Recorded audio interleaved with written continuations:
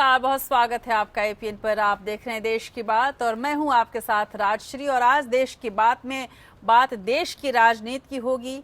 विदेश में प्रधानमंत्री की कुछ खास मुलाकात की होगी, कुछ खास बात की होगी। तो आज शुरुआत करेंगे हम आरजेडी अध्यक्ष लालू प्रसाद यादव के ठिकानों पर सीबीआई की छापेमारी से, और उसके बाद जिस तरह से लालू प्रसाद यादव शाम को प्रेस कॉन्फ्रेंस करने सबके सामने आए, तो किस तरह के हमले एक बार फिर से उन्होंने बीजेपी के ऊपर किया है और भ्रष्टाचार के सभी आरोपों को एक सिरे से खारिज कर इसे राजनीतिक साजिश बताया है। समझने की कोशिश करेंगे कि वाकई ये राजनीतिक साजिश है। क्या वाकई लालू प्रसाद यादव से बीजेपी डर गई है जैसा कि आरजेडी का दावा है, या फिर इसके पीछे कुछ और गंभीर बात है। बात जर्मनी की भी करेंगे। G20 शिखर सम्मेलन की औपचारिक शुरुआत हो गई है। प्रधानमंत्री नरेंद्र मोदी सहित दूसरे बड़े देशों के नेता जर्मनी के हैम्बर्ग में हैं। 12वें G20 शिखर सम्मेलन में आतंकवाद से मुकाबला और आर्थिक सुधार जैसे मुद्दों के छाए रहने की पूरी संभावना है। लेकिन इसी बीच सम्मेलन के ठीक पहले कई हिंसक वहां प्रदर्शन भी हुए हैं। ऐसा क्यों हो रहा है, ये समझने की कोशिश करेंगे। और सम्मेलन के पहले कई देशों के बीच के मतभेद सामने आ चुके हैं, जिसमें अमेरिका के राष्ट्रपति डोनाल्ड ट्रंप द्वारा जलवायु परिवर्तन और मुक्त व्यापार को लेकर सार्वजनिक मंचों पर की गई टिप्पणियां भी शामिल हैं। इसी तरह आतंकवाद के मुद्दे पर भी कई देशों की अलग अलग राय है। ऐसे में अंतर्राष्ट्रीय प्लेटफॉर्म पर आतंकवाद को अभिशाप बताने वाले देश मौका आने पर पीछे हटेंगे या आगे बढ़ेंगे, देखेंगे। चीन का उदाहरण ले तो आतंकी मसूद अजहर को जब यूएन में ने अंतर्राष्ट्रीय आतंकी घोषित करने की बात कही तो चीन वीटो का इस्तेमाल कर देता है। ऐसे में वाकई चीन आतंकवाद को लेकर कितना गंभीर है, ये भी देखने वाली बात होगी। इसी बीच G20 सम्मेलन के दौरान ही चीनी राष्ट्रपति शी जिनपिंग और पीएम मोदी के बीच अनौपचारिक मुलाकात हो ही गई। हालांकि दोनों ही देश इस मुलाकात के पहले नाना कह रहे थे, लेकिन जब मुलाकात हुई तो दोनों ही जो राष्ट्राध्यक्ष हैं वो मुस्कुरा रहे थे और एक दूसरे के साथ बेहद अनौपचारिक तौर पर वो मिल रहे थे। दोनों नेताओं ने हाथ भी मिलाया, लेकिन दिल कब मिलेंगे और भारत की सीमा पर जो चीन की तरफ से पैदा किया हुआ तनाव है उसका क्या होगा, ये सब हम समझने की कोशिश करेंगे। आपको बताएंगे अमेरिका का भारत से खास कनेक्शन। डोनाल्ड ट्रंप को अमेरिकी राष्ट्रपति का चुनाव जितवाने वाली चुनावी रणनीतिकार कंपनी अब भारत पहुंच गई है और 2019 लोकसभा चुनाव में कांग्रेस और दूसरी विपक्षी पार्टियों को की नैया पार लगाने के दावे किए जा रहे हैं। और इस दौरान वो तमाम विपक्षी दल के नेताओं से मिलने वाली है। क्या वाकई विपक्षी दलों की नैया पार होगी? क्या वाकई ट्रंप की तरह विपक्षी दलों का जादू भारत में चलेगा? ये देखना होगा क्या रणनीति होगी और इस मुलाकात से कितना फायदा होगा। पहले के अनुभव जो बताते हैं कांग्रेस के लिहाज से देखा जाए तो कुछ खास उत्साहित करने वाले नहीं हैं। उत्तर प्रदेश हमें याद है। उत्तर प्रदेश की यदि हम बात करें तो चीनी मिल किसानों के दर्द को आज हम बांटेंगे। उनके दर्द को हम समझने की कोशिश करेंगे और समझाने की कोशिश करेंगे। अपने स्पेशल सेगमेंट सुनिए सरकार में आपको बताएंगे कि किस तरह से किसानों के दर्द को अभी तक सरकार नहीं समझ रही है। बार बार किसान मित्र अपने आप को बताने वाली सरकार इन किसानों के दर्द को नहीं समझ रही है और किस तरह से मिलों को ही फायदा पहुंचाया जा रहा है। इनके बकाया राशि अभी तक इनको नहीं मिली है और अक्सर ये होता है कि जब तक अदालतें इस बीच में नहीं आती हैं तब तक ये किसान यूं ही तड़पते रहते हैं। सांप पकड़ने के नाम पर पूर्व की सपा सरकार में कैसे हुई पैसों की बंदरबाट? क्या वाकई बंदरबाट हुई है या फिर ये मसला छोटा था, इसे बड़ा कर कर दिखाया गया? ये हम समझने की कोशिश करेंगे। और योगी के एक बार फिर से योगी बनने की बात क्यों हो रही है और किस दिन वो ऐसा करने वाले हैं योगी आदित्यनाथ? अब मुख्यमंत्री योगी आदित्यनाथ न होकर एक दिन ऐसा होने वाला है आने वाले दिनों में, आने वाले हफ्ते में, जब वो पूर्णतः योगी बनकर ही बैठेंगे। ऐसा क्यों वो करेंगे ये हम आपको दिखाएंगे और साथ ही आपको पश्चिम बंगाल लिए चलेंगे, जहां के रहबर, जहां की मुख्यमंत्री ममता बनर्जी और राज्यपाल कृष्णा त्रिपाठी के बीच तू मैं चल रही है। आरोप प्रत्यारोप जारी है और इस दौरान ही जारी है वहां हिंसा का प्रकोप और कैसे भाई भाई को मार रहा है, ये हम आपको देखेंगे। और हमारे नेता सो रहे हैं, ऐसा क्यों हो रहा है? क्या वहां वोट के आगे सब कुछ खत्म हो गया है। बीजेपी वहां प्रदर्शन कर रही है, कल बड़े बड़े नेता वहां पहुंचने वाले हैं। क्या वाकई बीजेपी के नेता हमदर्द बनकर वहां उभर रहे हैं या फिर वोटों की राजनीति कर रहे हैं, ये हम आपको देखेंगे और दिखाएंगे भी। सैफुद्दीन सोच की बात करेंगे, कांग्रेस के नेता रहे हैं और बुरहान पर आज उन्होंने बयान दिया, और बयान भी ऐसा कि देशद्रोह के इसे सीमा में ही कहा जाएगा। और क्यों उन्होंने ऐसा कहा है और क्यों बार बार ऐसे नेताओं का दिल धड़कने लगता है इन आतंकियों के लिए, ये हम इस सोच को क्या कहा जाए ये देखने की कोशिश करेंगे। जीएसटी को लेकर अभी भी कंफ्यूजन क्यों बना हुआ है, क्यों ट्विटर पे बार बार सवाल पूछे जा रहे हैं जीएसटी को लेकर, और फिनांस मिनिस्ट्री के द्वारा जो जवाब दिया जा रहा है वो खुद ही संशय पैदा करने वाला है। इन सब चीज़ों का पूरा हाल आपके सामने रखेंगे और इस बीच अच्छी खबर भी आपको बताएंगे कैसे अब ऑनलाइन फ्रॉड करके बैंक अकाउंट से निकाला गया पैसा आपको जल्द वापस मिलेगा और पूरा का पूरा नुकसान आपके लिए बैंक उठाएगा। इसके अलावा गंगा को मां कहने वाले तमाम बीजेपी के नेता, सरकारें क्यों उत्तराखंड में जब बीजेपी की सरकार है वो सुप्रीम कोर्ट तक वो सरकार आई और इस बात के विरोध में आई कि उत्तराखंड के हाई कोर्ट ने गंगा को जीवित बताया था। इसके विरोध में उत्तराखंड की सरकार सुप्रीम कोर्ट आई। सुप्रीम कोर्ट ने कहा है कि गंगा और यमुना को जीवित बताना उचित नहीं होगा। पूरा मामला क्या है, कैसे इसको समझेंगे, देखेंगे हम आज देश की बात में। और इसके अलावा बात इतिहास की होगी, बात ढेर सारी और नेशनल टॉप 5 खबरों की होगी, अंतर्राष्ट्रीय खबरों की होगी। तो चलिए शुरू करते हैं देश की बात के इस नए सफर को लालू प्रसाद यादव की खबर के साथ।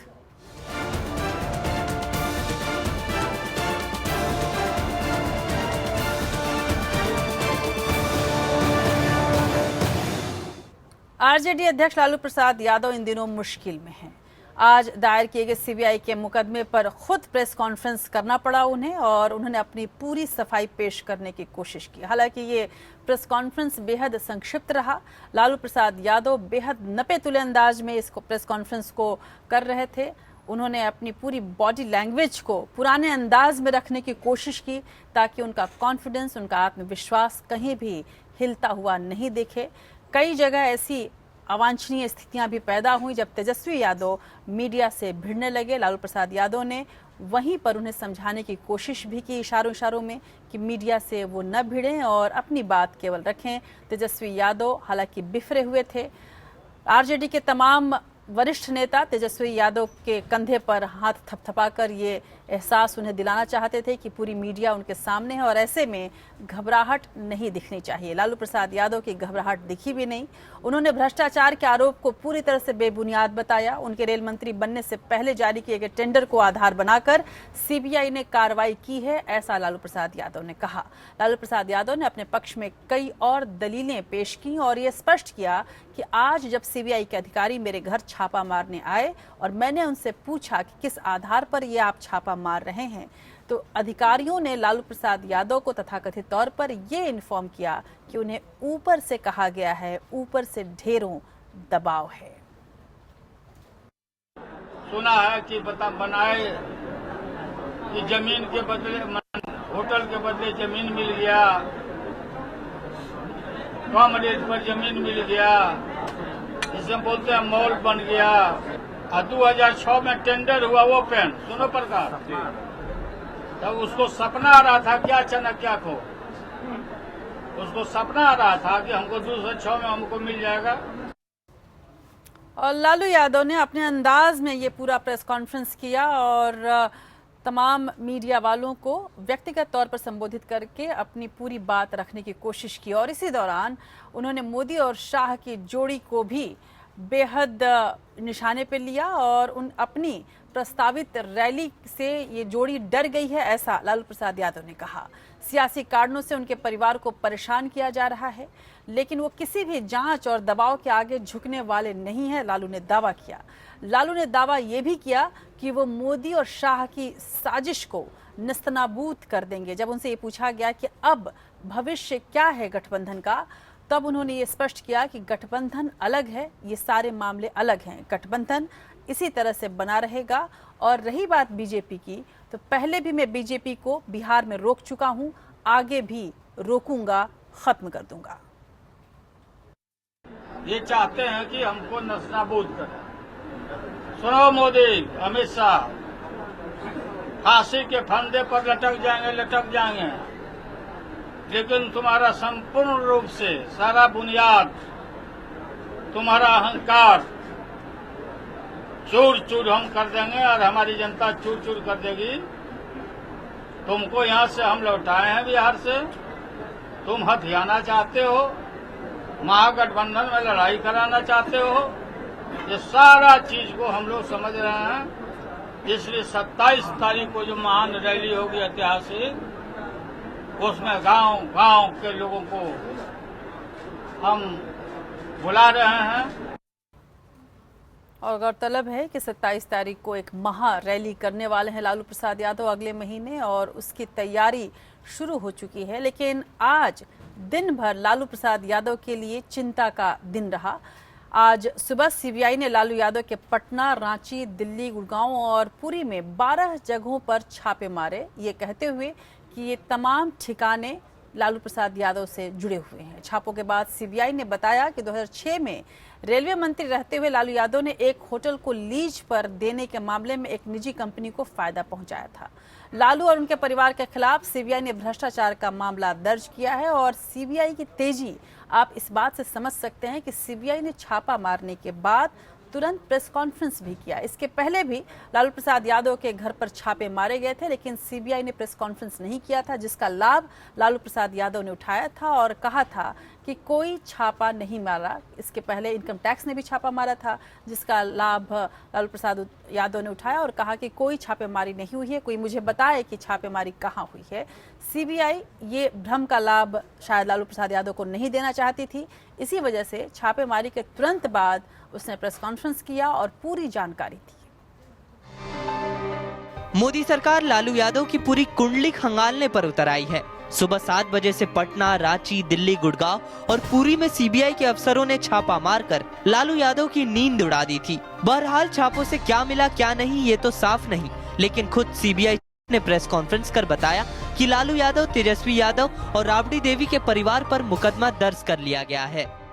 जब श्री लालू प्रसाद यादव रेल मंत्री थे, उस वक्त रेलवे के 2 होटल, बीएनआर होटल पुरी और बीएनआर होटल रांची, इनको आईआरसीटीसी को ट्रांसफर किया गया था।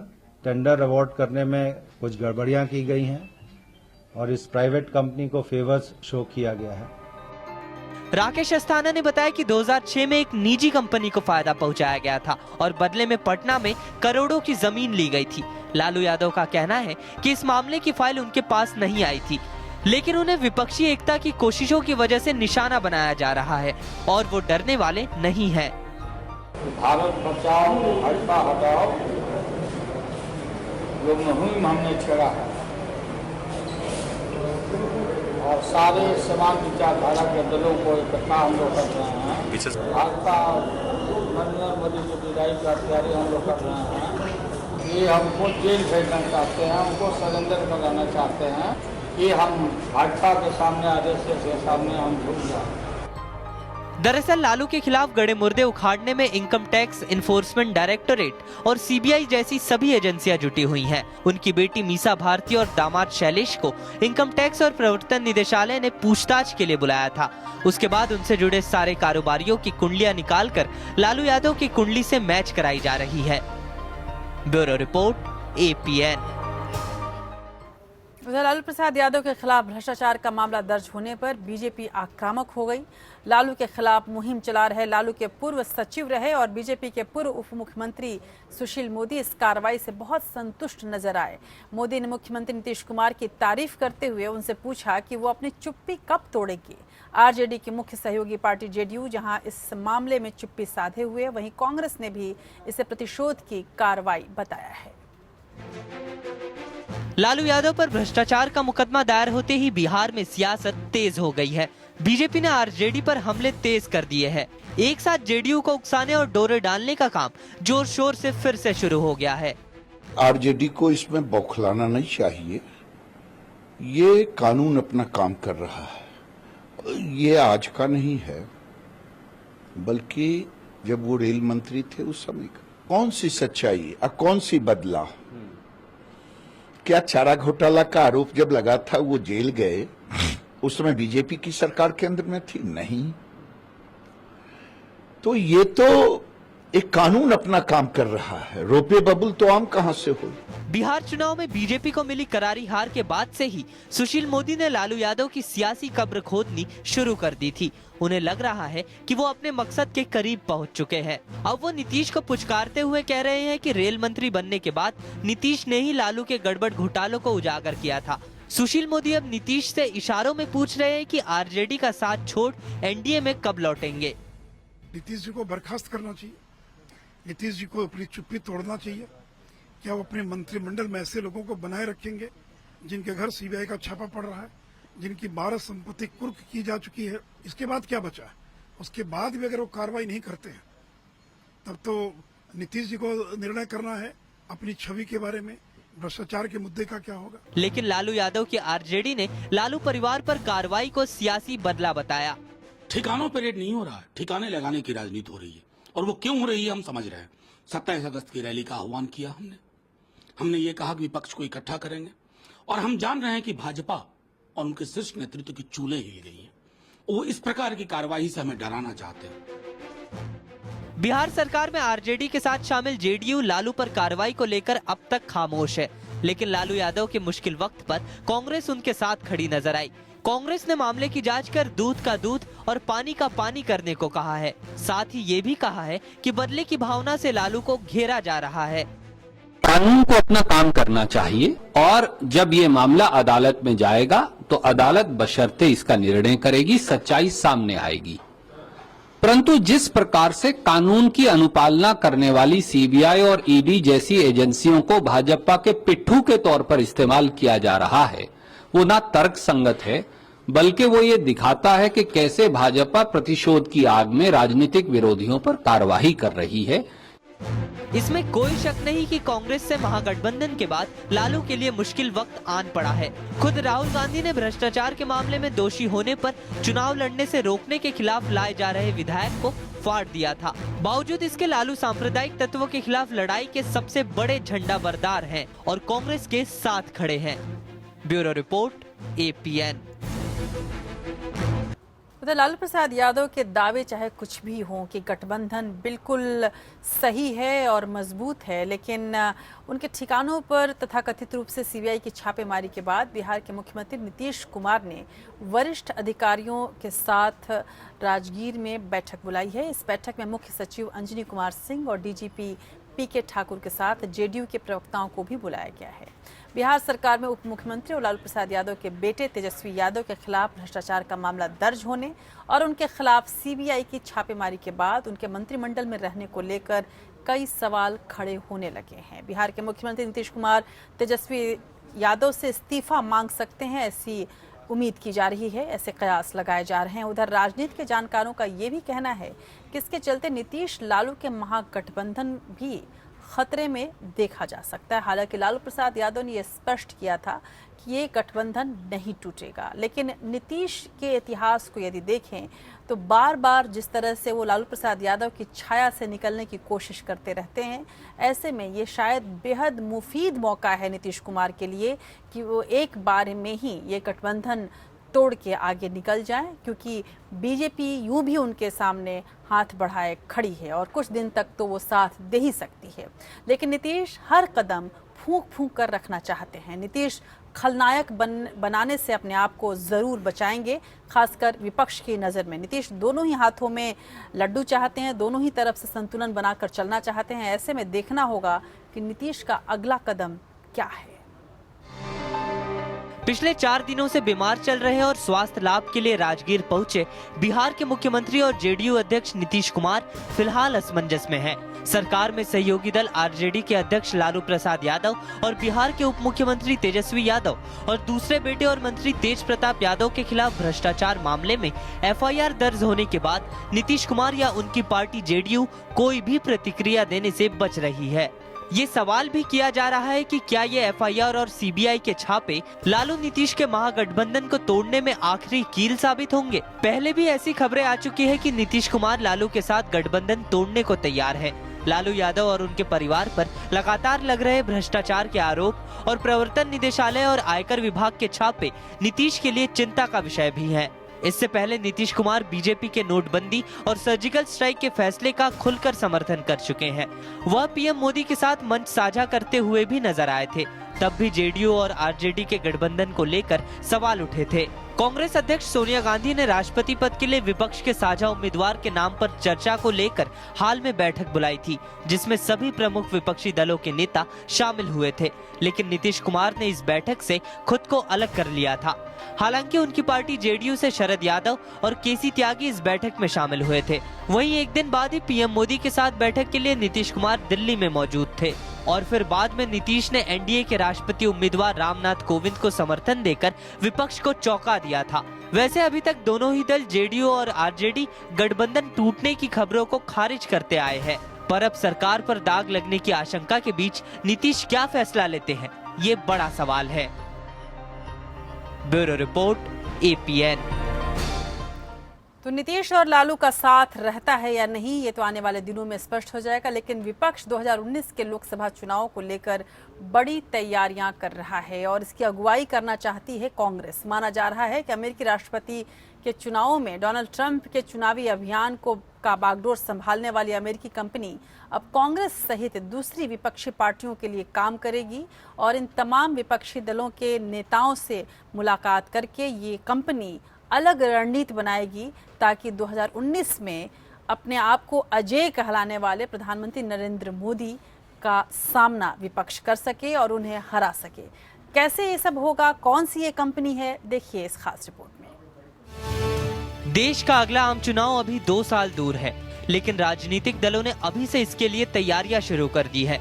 एक तरफ जहां पीएम मोदी और अमित शाह के नेतृत्व में बीजेपी मिशन 2019 को फतह करने के लिए कमर कस चुकी है, तो वही विपक्षी दल भी एनडीए को परास्त करने के लिए एक मशहूर अमेरिकी चुनावी रणनीतिकार कंपनी की सेवाएं ले सकते हैं। ये वही पॉलिटिकल मैनेजमेंट टीम है जिसने अमेरिकी राष्ट्रपति चुनाव में डोनाल्ड ट्रंप के लिए कैंपेन चलाया और सभी चुनावी अनुमानों को खारिज करते हुए उन्हें जीत दिलवाई। Make America great again campaign से सुर्खियों में आई कैम्ब्रिज एनालिटिका कंपनी जल्द ही भारत में भी अपने काम की शुरुआत कर सकती है। माना जा रहा है कि 2019 में होने वाले चुनाव के लिए ये टीम कांग्रेस के लिए रणनीति बनाने का काम कर सकती है। खबर है कि कंपनी के फाउंडर अलेक्जेंडर 19, 20, 21 जुलाई को भारत के दौरे पर आ सकते हैं। माना जा रहा है कि 3 दिनों के इस दौरे में वो बिहार के CM Nitish Kumar, Priyanka Gandhi, NCP supremo Sharad Pawar और यूपी के पूर्व मुख्यमंत्री अखिलेश यादव से मिल सकते हैं। जेडीयू नेता केसी त्यागी के बेटे अमरीश त्यागी की माने तो अलेक्जेंडर का आना निश्चित है और वो अपने 3 दिन के दौरे में कई नेताओं से मिलेंगे। ये भी कहा जा रहा है कि अलेक्जेंडर कांग्रेस अध्यक्ष राहुल गांधी से नहीं बल्कि प्रियंका गांधी से मुलाकात करेंगे। वहीं दूसरी ओर नीतीश कुमार से मिलने के लिए वो खास तौर पर पटना भी जाएंगे। Bureau report, APN। उधर जम्मू कश्मीर कांग्रेस के नेता सैफुद्दीन सोज अपने बयान की वजह से एक बार फिर से विवादों में हैं। सैफुद्दीन सोज ने कहा कि अगर वो सत्ता में होते तो हिजबुल आतंकी को जिंदा रखते, उसे समझाने की कोशिश करते। ये बुरहान वानी के विषय में बोल रहे थे। इस बयान को लेकर बीजेपी समेत कई दलों ने सोज और कांग्रेस पार्टी की सोच को आड़े हाथों लिया है। सियासी हालात ऐसे हैं कि कोई बात निकलती है तो दूर तलक जाती है। कांग्रेस नेता सैफुद्दीन सोज ने जम्मू कश्मीर में हिजबुल आतंकी बुरहान वानी को लेकर हमदर्दी पाने के लिए एक बयान दे दिया। इस बयान को लेकर सियासत भड़क उठी। आइए सुनते हैं कि सैफुद्दीन सोज ने ऐसा क्या कहा है। देखिए, मेरे बस में होता मैं कहता कि बुरहान वानी को जिंदा रहना चाहिए, ताकि मैं डायलॉग करता उनके साथ और मैं समझाता उनको कि कश्मीर हिंदुस्तान और पाकिस्तान की दोस्ती का एक बड़ा अच्छा मजबूत पुल बन सकता है और वो भी उसमें काम आते हैं। इसमें काबिले एतराज बात यह है कि बुरहान वानी एक घोषित आतंकवादी था और देश की मुख्य विपक्षी पार्टी का नेता भला ऐसा गैर जिम्मेदाराना बयान कैसे दे सकता है। बीजेपी और पैंथर पार्टी ने मोर्चा खोल दिया है। देखिए, ऐसे लोग जो टेररिज्म को व्यक्त करते हैं, वो आदमी जो टेररिस्ट जो हैं लोगों को मारते हैं, जब वो मारते हैं उसमें सिविलियन भी आते हैं, उसमें हमारे सिक्योरिटी फोर्सेस के लोग आते हैं, आर्मी के लोग हैं, उनके ऊपर वो हमले करते हैं जो इस देश की रक्षा करते हैं। ऐसे लोगों को जो कहना, लीडर कहना, वो देशद्रोही की बात करते हैं। How many people are there in the dialogue process? Have we started dialogue with those who are living maybe Mirwais or Gilani or ABC. There are so many people. There has been no, what you call, real intention on the part of the central government or the leadership to start a constructive, positive dialogue with the people, representatives of Jammu and Kashmir. ये अलग बात है कि जम्मू कश्मीर में BJP PDP की साझा सरकार ने सुरक्षा बलों से मुठभेड़ में मारे गए बुरहान वानी के भाई खालिद वानी के लिए मुआवजे का ऐलान किया था। खुद बुरहान वानी को पीडीपी ने आतंकी मानने से इनकार कर दिया था। खुद महबूबा मुफ्ती ने कहा था कि अगर वक्त पर पता चलता तो वो बुरहान वानी को बचाने की कोशिश करती, लेकिन सियासत और अदावत में सब कुछ जायज होता है। Bureau report, APN. उधर पश्चिम बंगाल जल रहा है। पश्चिम बंगाल के उत्तरी 24 परगना जिले के बशीरहाट इलाके में अब भी सांप्रदायिक तनाव बना हुआ है, लेकिन नेता हैं कि अपनी वोट को ही गिन रहे हैं। बशीरहाट मामले को लेकर कोलकाता में बीजेपी और मुख्यमंत्री ममता बनर्जी के समर्थक आज भी भिड़ गए। वहीं बीएसएफ की टुकड़ियों की तैनाती के बावजूद उपद्रवियों ने बशीरहाट के कई इलाकों में आगजनी और तोड़फोड़ की है। फिलहाल सुरक्षा बल हिंसाग्रस्त इलाके में गश्त लगा रहे हैं, लेकिन तमाम जो नेता हैं, तमाम जो दल हैं, वो इस पूरे हालात को अपने अपने वोट बटोरने के चक्कर में लगे हुए हैं और उसमें बदलना चाहते हैं, उसका फ़ायदा उठाना चाहते हैं। आज भी कुछ इसी तरह के नज़ारे देखने को मिलते रहे। पश्चिम बंगाल के उत्तरी 24 परगना जिले के बशीरहाट इलाके में एक धर्म विशेष के खिलाफ फेसबुक पोस्ट के बाद 2 दिन से सांप्रदायिक हिंसा हो रही है। इंटरनेट सेवाएं बाधित रहीं और संकटग्रस्त क्षेत्रों में अर्धसैनिक बल और पुलिस कर्मियों की तैनाती बरकरार रही। बशीरहाट की इस हिंसा का साइड इफेक्ट कोलकाता की सड़कों पर भी दिखा, जहां बीजेपी और टीएमसी कार्यकर्ता एक दूसरे से भिड़ गए। पुलिस ने उस नौजवान को भी गिरफ्तार करके जेल भेज दिया है, जिसके आपत्तिजनक फेसबुक पोस्ट के बाद इलाके में सांप्रदायिक तनाव शुरू हुआ। हालांकि गिरफ्तारी के बाद भी दोनों समुदायों के बीच झड़पें हुई, सड़क जाम कर दी गई, दुकानें तोड़ दी गई और गाड़ियों को आग लगा दी गई।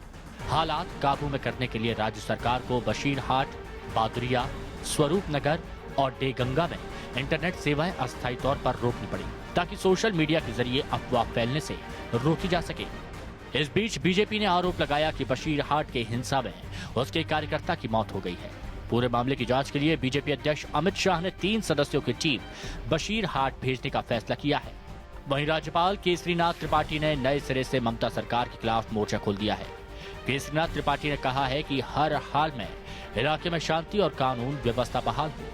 केसरीनाथ ने कहा कि दूसरे उनके बारे में क्या सोचते हैं, इसकी उन्हें परवाह नहीं है। उत्तरी 24 परगना में हो रहे सांप्रदायिक हिंसा को लेकर मुख्यमंत्री ममता बनर्जी ने राज्यपाल केसरीनाथ पर पक्षपात और धमकी देने का आरोप लगाया है। इस बीच ममता सरकार ने सांप्रदायिक हिंसा पर केंद्रीय गृह मंत्रालय को रिपोर्ट नहीं भेजी है, जो उनसे मांगी गई थी।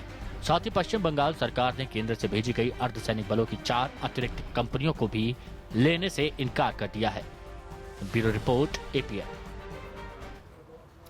तो कोलकाता के बिगड़ते हुए हालात की जिम्मेदारी कौन लेगा? क्या ममता बनर्जी अपने राज्यपाल से भिड़ने से बाज आकर इस तमाम हालात पर नजर डालेंगी, और क्या बीजेपी इस पूरे मामले को अपने हक में करने की कोशिश से बाज आएगा? ये देखना होगा। उधर असम की यदि बात करें तो असम में भयंकर बाढ़ आई हुई है और वहाँ पर आम जनजीवन बिल्कुल अस्त व्यस्त है। पूरे नॉर्थ ईस्ट में भारी बारिश हुई है और जिसकी वजह से आम जनजीवन अस्त व्यस्त रहा है। लेकिन इस वक्त हम बात करते हैं उत्तर प्रदेश की, जहां पर पूर्व की अखिलेश सरकार की कई योजनाएं सूबे की योगी सरकार के रडार पर हैं, जिनमें से कई योजनाओं की या तो जांच शुरू हो चुकी है या जांच की तैयारी की जा रही है। योगी सरकार पिछली सरकार के दौरान दिए गए ठेकों के लिए विस्तृत विशेष ऑडिट के आदेश जारी कर चुकी है। इस ऑडिट में ज्यादा लागत बताने, ठेके के नियमों में हेरफेर करने और एक पार्क में सांप पकड़ने के नाम पर 9 करोड़ रुपए देने की पड़ताल भी है। हालांकि अभी तक जो जानकारी मिली है, 9 करोड़ का ये ठेका जरूर था, लेकिन इसमें पूर्व सरकार ने महज 11 लाख रुपए ही खर्च किए थे। पूर्व की अखिलेश सरकार का काला चिट्ठा योगी सरकार जनता के सामने लाने की कवायद में जुट चुकी है। ऐसा लगता है कि अब आने वाले दिनों में अखिलेश यादव की भी मुश्किलें ज्यादा बढ़ने वाली हैं।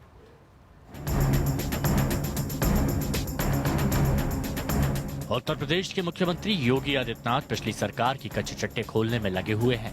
उन्होंने पिछली सरकार के दौरान दिए गए ठेकों के लिए विस्तृत विशेष ऑडिट के आदेश जारी किए हैं। इस ऑडिट में ज्यादा लागत बताने, ठेके के नियमों में हेरफेर करने और एक पार्क में सांप पकड़ने के नाम पर 9 करोड़ रुपए देने की पड़ताल की जाएगी। सूत्रों की माने तो जनेश्वर मिश्रा पार्क परियोजना में पिछली सरकार के विकास के नाम पर कई खामियां सामने आई हैं। प्रायोरिटीज तो ठीक कर लेते अखिलेश जी, उसका नतीजा आज देख रहे हैं हम लोग।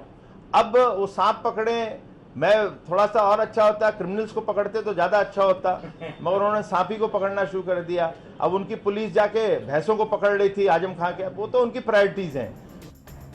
अधिकारियों ने इस बात की जानकारी दी है कि सीएम योगी आदित्यनाथ ने जनेश्वर मिश्र पार्क और जयप्रकाश नारायण इंटरनेशनल सेंटर के निर्माण और पुराने लखनऊ के हुसैनाबाद इलाके के विस्तार के खर्च की विस्तृत ऑडिट के आदेश दिए हैं।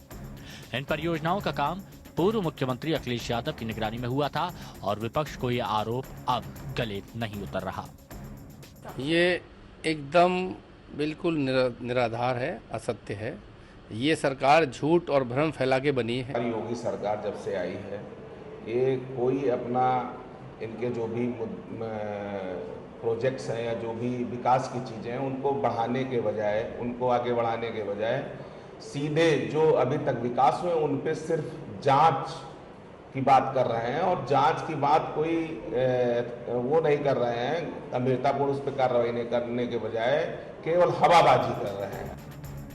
इन तीनों परियोजनाओं की जांच के लिए 3 अलग अलग कमेटियां बनाई गई हैं। इन कमेटियों ने अपने रिपोर्ट में पिछले हफ्ते विशेष ऑडिट की सिफारिश की थी। इन तीनों परियोजनाओं में लागत से करीब 2 गुना खर्च किया गया। यानी अब ये साफ है कि पिछली सरकार में हुई गड़बड़ियों की कलई खोलने का मन योगी सरकार पूरी तरह से बना चुकी है। और जिस तरह से एक के बाद एक पुरानी सरकार की विकास योजनाओं को जांच के घेरे में लिया जा रहा है, उससे जाहिर है कि समाजवादी पार्टी की मुश्किलें बढ़ सकती हैं। लखनऊ से नामिका सिंह के साथ अक्षय सिंह गौर, APN। नेताओं की मुश्किलें थोड़ी बढ़ भी जाएं तो उतना बुरा नहीं लगता, लेकिन किसानों की मुश्किलें सीधे दिल को छूती हैं। लेकिन ये मुश्किलें क्यों नेताओं के दिल को नहीं छूती, ये आश्चर्य होता है। आज हमारे खास सेगमेंट सुनिए योगी जी में हम बात कर रहे हैं उत्तर प्रदेश के गन्ना किसानों की। उत्तर प्रदेश में कितनी सरकारें आई, कितनी गईं, लेकिन गन्ना किसानों की दशा और दुर्दशा जस की तस है। चुनाव से पहले बड़े बड़े वायदे होते हैं, आश्वासनों का दौर चलता है, लेकिन नतीजा वही सिफर। अपने स्पेशल सेगमेंट सुनिए योगी जी में आज बहुत बात हम इन्हीं गन्ना किसानों की करेंगे। आखिर कौन इनकी परेशानियां सुनेगा, कौन बांटेगा इनका दर्द, क्यों है गन्ना किसान आज़ादी से पहले के निलहे किसानों की तरह शोषित, अभिशप्त।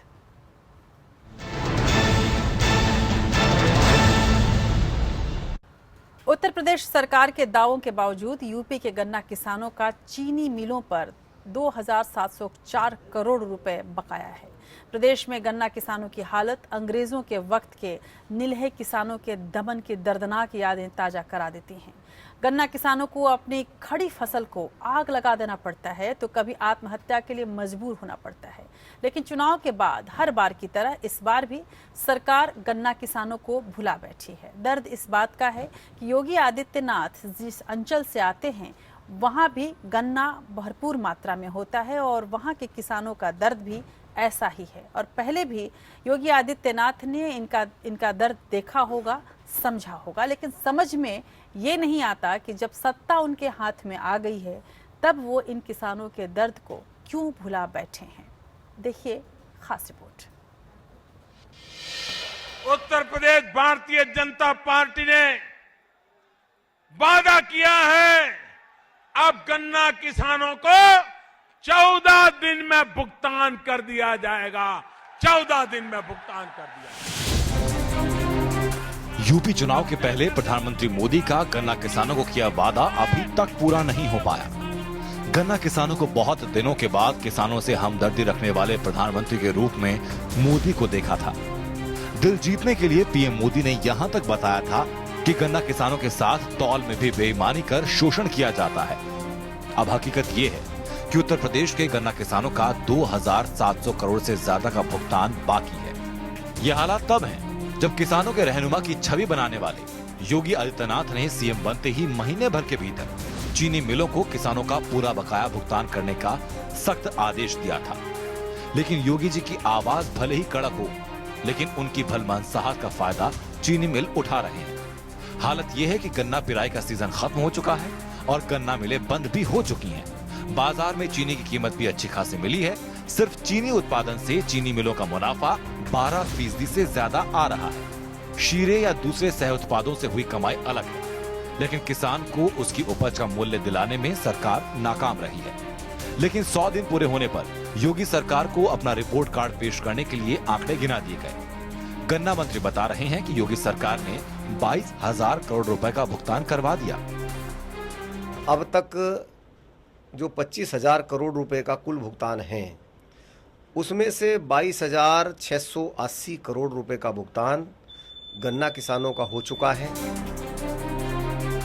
मंत्री जी के दावों के बावजूद हकीकत ये है, बजाज समूह की 15 मिलों पर 1386.10 करोड़ बाकी, मोदी समूह की 2 मिलों पर 40.45 करोड़ बाकी, सिम्हावली की 3 मिलों पर 187.76 करोड़ रुपए बाकी, मवाना की 2 मिलों पर 98.87 करोड़ रुपए बकाया, यदु समूह की 2 मिलों पर 15.82 करोड़ रुपए बाकी, रामा समूह की 4 मिलों पर 44.10 करोड़ बकाया, उत्तम समूह पर 7 करोड़ बकाया। सिंगल मिलों पर गन्ना किसानों का जो बकाया है, उसमें शामली पर 109.28 करोड़ रुपए बाकी, कप्तानगंज मिल पर 109.94 करोड़ रुपए बाकी और एरो पर 38 करोड़ बाकी, नवाबगंज पर 21.94 करोड़ बाकी है और इस तरह निजी मिलों पर कुल 2309 करोड़ रुपए अभी तक बकाया है। सवाल ये नहीं कि योगी सरकार ने भुगतान का क्या आंकड़ा पेश किया, सवाल किसान के दर्द का है जो अभी तक दूर नहीं हो पाया। भुगतान ना होने से कहीं वो कर्ज चुकाने की हालत में नहीं तो कहीं किसान अपनी बेटी के हाथ पीले करने से लाचार है। कि सर अभी हम लोग शादी करें या घर बनाओ, कर्जा काट के तुम लोग शादी करते हैं तो हम गन्ना बो के क्या फायदा हमको है। अभी 2 साल हो जाएगा तो हम लोग इसीलिए छोड़ देंगे। क्या करेंगे, इसलिए गेहूं की खेती करेंगे और चाहे 2 पैसा कम में चाहे कहीं नौकरी करके हम लोग अपना काम चलाएंगे, घर द्वार बनाएंगे, खेती छोड़ देंगे। नहीं तो गन्ना की खेती करके क्या फायदा, 2 साल हो 3 साल हो नहीं पैसा मिलेगा तो क्या फायदा है। सयानी होती बेटी के ब्याह के लिए पैसे ना होने पर अच्छे रिश्ते हाथ से निकल जाते हैं। कुर्सी पाने के लिए तो नेता हर सपना दिखाकर वोट हथिया लेते हैं, उसके बाद किसानों की मौत पर एक ट्वीट तक नहीं करते। उत्तर प्रदेश में करीब 40 लाख गन्ना किसान हैं। वक्त पर भुगतान न होने पर किसान गन्ने की खेती के लिए अपना रकबा घटाने पर मजबूर हो रहा है। 3 साल में प्रदेश में हजारों एकड़ कम हो गया है।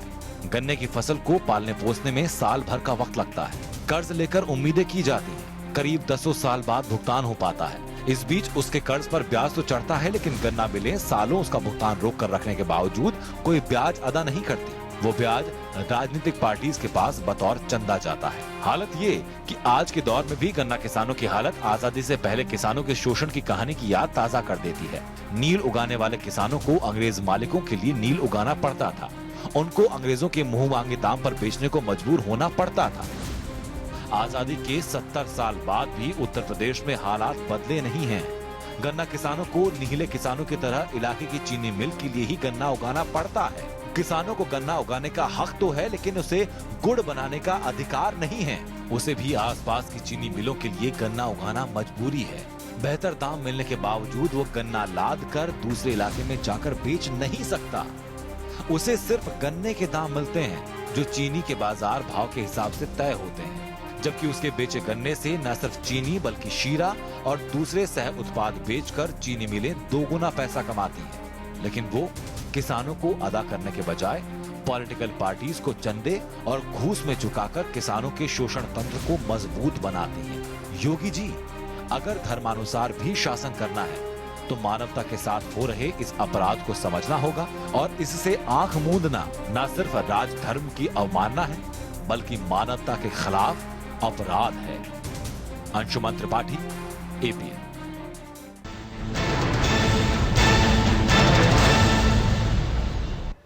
धर्म को समझें या राजधर्म को, दोनों ही में विशेष दर्जा दिया गया है। किसान को विशेष दर्जा दिया गया है, जमीन के इस प्रहरी को।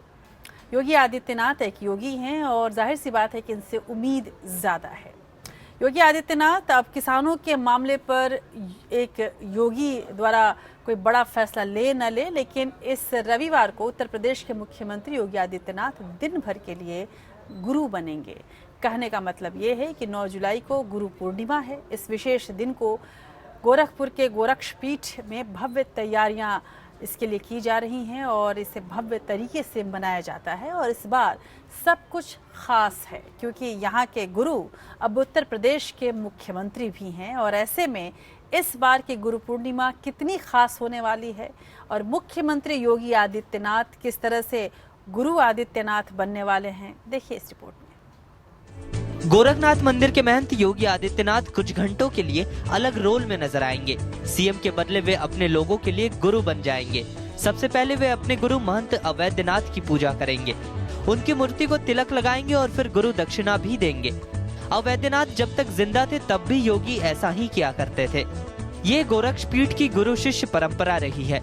योगी आदित्यनाथ अब अपने मठ के गुरु ही नहीं बल्कि यूपी के मुख्यमंत्री भी है, इसलिए कुछ गिने चुने लोगों को ही उन्हें तिलक लगाने का मौका मिलेगा। ऐसे लोगों की एक सूची तैयार हो चुकी है जिसे सीएम ऑफिस भेज दिया गया है। यूपी का सीएम बनने के बाद पूजा पाठ और यज्ञ हवन के बाद ही योगी आदित्यनाथ ने लखनऊ के सरकारी बंगले में गृह प्रवेश किया था। नवरात्र में उन्होंने कन्या पूजन भी किया था।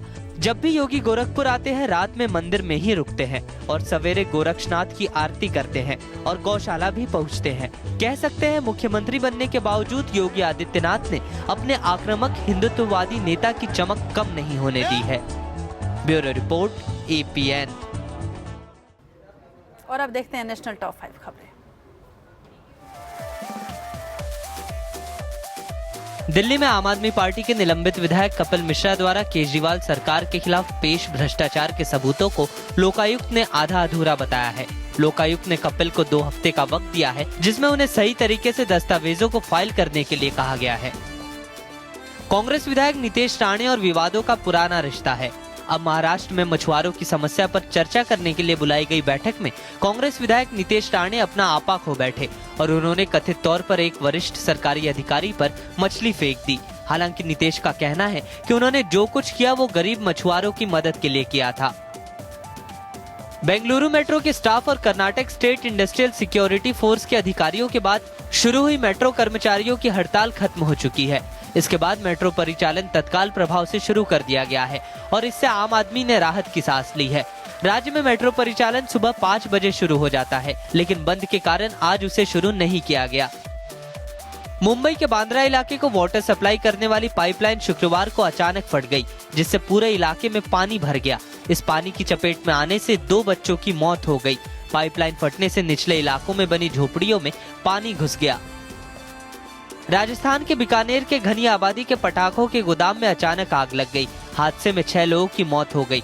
धमाके इतने तेज थे कि गोदाम के बाहर के 3 मकान भी ध्वस्त हो गए। घटना में करीब 25 लोग घायल हो गए। 16 को अब तक अस्पताल पहुंचाया जा चुका है।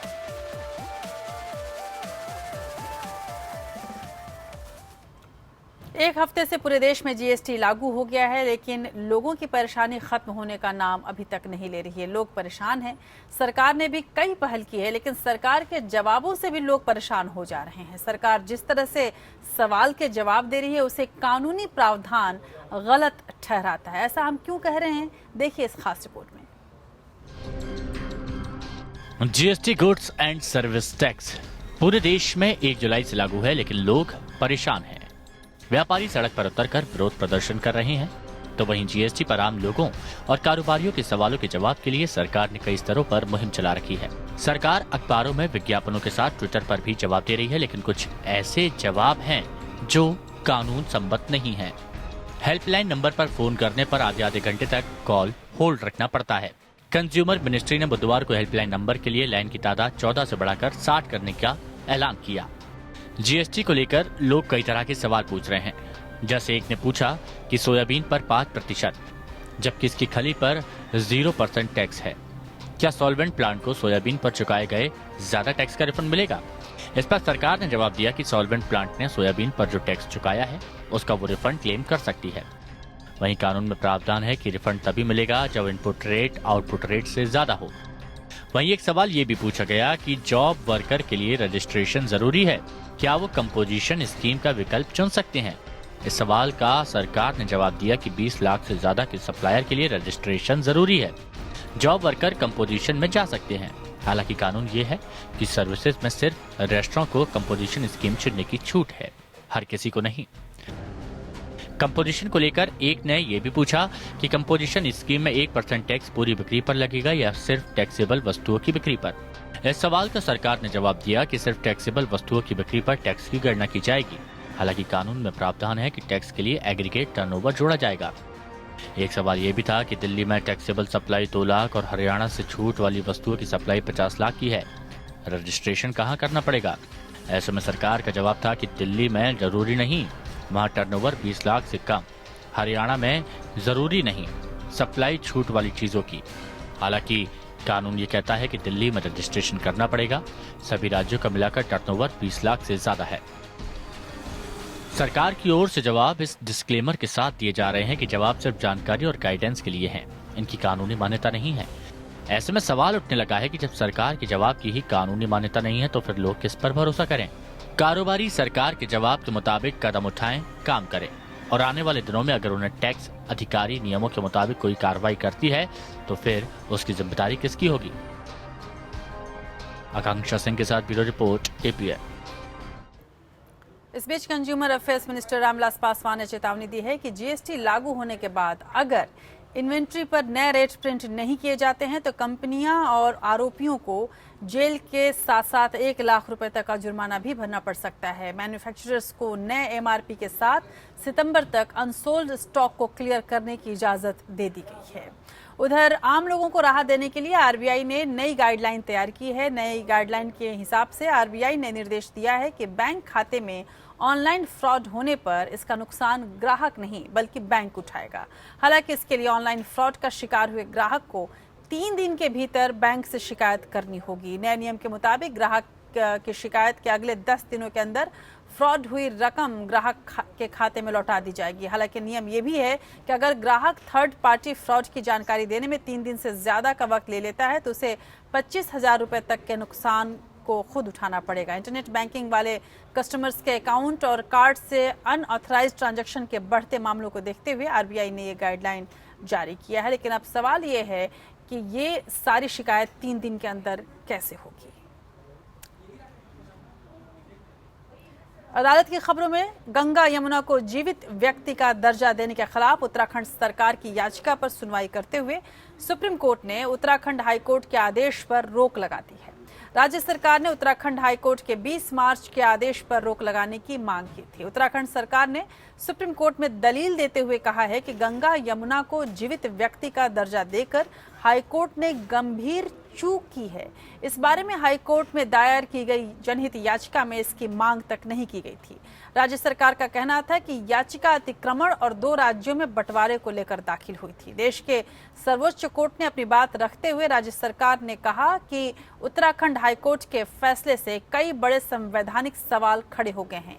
गंगा और यमुना सिर्फ उत्तराखंड में नहीं बल्कि कई राज्यों में बहती हैं। ऐसे में दूसरे राज्यों में इन नदियों की जिम्मेदारी उत्तराखंड को नहीं दी जा सकती। कई राज्यों में बहने वाली नदियों को लेकर कदम उठाना केंद्र सरकार की जिम्मेदारी है, इसलिए गंगा और यमुना को जीवित के दर्जे में नहीं रखा जाए। सुप्रीम कोर्ट ये बात मान गई। उधर सुप्रीम कोर्ट ने IIT के संयुक्त प्रवेश परीक्षा यानी जी के तहत दाखिला और काउंसलिंग पर रोक लगा दी है। परीक्षा देने वाले सभी अभ्यर्थियों को ग्रेस अंक दिए जाने को लेकर दी गई याचिका पर सुनवाई के दौरान सुप्रीम कोर्ट ने यह आदेश दिया है। IIT ने केमिस्ट्री के एक गलत सवाल के लिए 3 ग्रेस अंक और गणित के एक गलत सवाल के लिए 4 ग्रेस अंक दिए हैं। ये अंक सभी परीक्षार्थियों को दिए गए हैं। तमिलनाडु के वेल्लोर के एक छात्र ने सुप्रीम कोर्ट में ग्रेस अंक को चुनौती देते हुए मांग की है कि मेरिट लिस्ट फिर से तैयार की जाए। याचिका में कहा गया था कि IIT ने उन छात्रों को भी ग्रेस अंक दे दिए हैं जिन्होंने उन सवालों को हल करने की कोशिश भी नहीं की है, जबकि ग्रेस अंक सिर्फ उन्हें मिलने चाहिए थे जिन्होंने इन सवालों को छोड़ने के बजाय इसे हल करने की कोशिश की है। याचिका के मुताबिक इन ग्रेस अंकों की वजह से मेरिट लिस्ट प्रभावित हुई है और बहुत छात्रों पर फर्क पड़ा है। अब इस मामले की सुनवाई 10 जुलाई को होगी। पिछले सुनवाई में सुप्रीम कोर्ट ने केंद्र सरकार और IIT को नोटिस जारी करके जवाब मांगा था।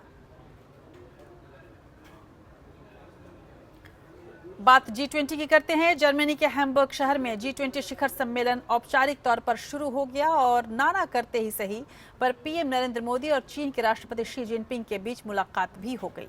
जी हां, जर्मनी के हैम्बर्ग में G20 देशों की बैठक में हिस्सा लेने पहुंचे मोदी और शी जिनपिंग के बीच अनौपचारिक तौर पर अच्छे माहौल में बातचीत हुई है। मुलाकात के वक्त शी जिनपिंग अपने तमाम आला अधिकारियों के साथ थे, जबकि मोदी भी राष्ट्रीय सुरक्षा सलाहकार अजित डोभाल, विदेश सचिव एस जयशंकर समेत अन्य अधिकारियों के साथ थे। विदेश मंत्रालय के अधिकारियों के मुताबिक मुलाकात ज्यादा देर तो नहीं चली, लेकिन कई अहम मुद्दों पर दोनों नेताओं के बीच बातचीत होने की खबर है। सूत्रों के मुताबिक दोनों नेताओं के बीच डोकलाम मुद्दे पर भी बातचीत हुई है। वैसे मोदी और शी जिनपिंग के बीच शुक्रवार को यह इकलौती मुलाकात नहीं थी। इसके पहले सुबह भी ब्रिक्स देशों के शीर्ष नेताओं की बैठक में भी दोनों एक दूसरे के साथ बैठे और एक दूसरे की जमकर तारीफ भी करते रहे।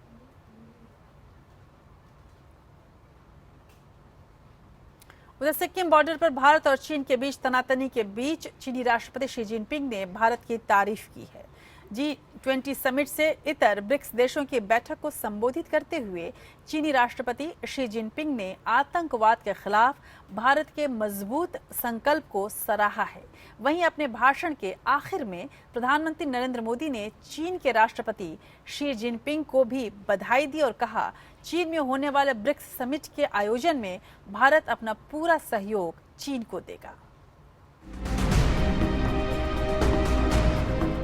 ब्रिक्स देशों की बैठक में प्रधानमंत्री नरेंद्र मोदी ने आतंकवाद का मुद्दा उठाया और सबसे बड़े कर सुधार GST के बारे में भी बात की। अर्थव्यवस्था को गति देने के लिए किए जा रहे सुधारों का जिक्र करते हुए प्रधानमंत्री ने कहा कि GST से पूरा भारत एक मार्केट बन जाएगा। मोदी ने कहा कि इस फैसले से वैश्विक परिस्थितियों पर बेहतर असर होगा और व्यापार में आसानी होगी। प्रधानमंत्री ने ब्रिक्स देशों की बैठक में प्रोटेक्शनिज्म का भी सवाल उठाया। मोदी ने कहा कि मौजूदा समय में दुनिया को ब्रिक्स लीडरशिप की जरूरत है। साथ ही मोदी ने कहा कि भारत क्लाइमेट एग्रीमेंट को एक अच्छी भावना के साथ लागू करेगा। स्वयं की अर्थव्यवस्था तेजी से आगे बढ़ रही है। इस वर्ष GDP ग्रोथ 7% से अधिक होने की संभावना है। भारत का रिफॉर्म एजेंडा लगातार आगे बढ़ रहा है। पिछले सप्ताह लागू हुआ goods and service tax Bharat के पिछले 70 साल के इतिहास का सबसे बड़ा टैक्स रिफॉर्म है। इससे बिजनेसेस को मदद मिलेगी। प्रधानमंत्री नरेंद्र मोदी ने 5 देशों के नेताओं के साथ बैठक में ब्रिक्स रेटिंग एजेंसी बनाने पर भी जोर दिया। साथ ही ब्रिक्स देशों के बीच पीपल टू पीपल कांटेक्ट बढ़ाने पर भी जोर दिया। काले धन पर बात करते हुए प्रधानमंत्री ने कहा कि ब्लैक मनी के सेफ हेवन और आतंकी फंडिंग के खिलाफ एक्शन की जरूरत है। अपने भाषण के आखिर में प्रधानमंत्री नरेंद्र मोदी ने चीन के राष्ट्रपति शी जिनपिंग को भी बधाई दी और कहा कि ब्रिक्स समिट के आयोजन में भारत अपना पूरा सहयोग देगा। इस बार के G20 सम्मेलन में मुक्त और खुला व्यापार, पलायन, सतत विकास और वैश्विक स्थिरता पर चर्चा होने की उम्मीद है। Bureau report, APN। और अब बात करते हैं आज के इतिहास की।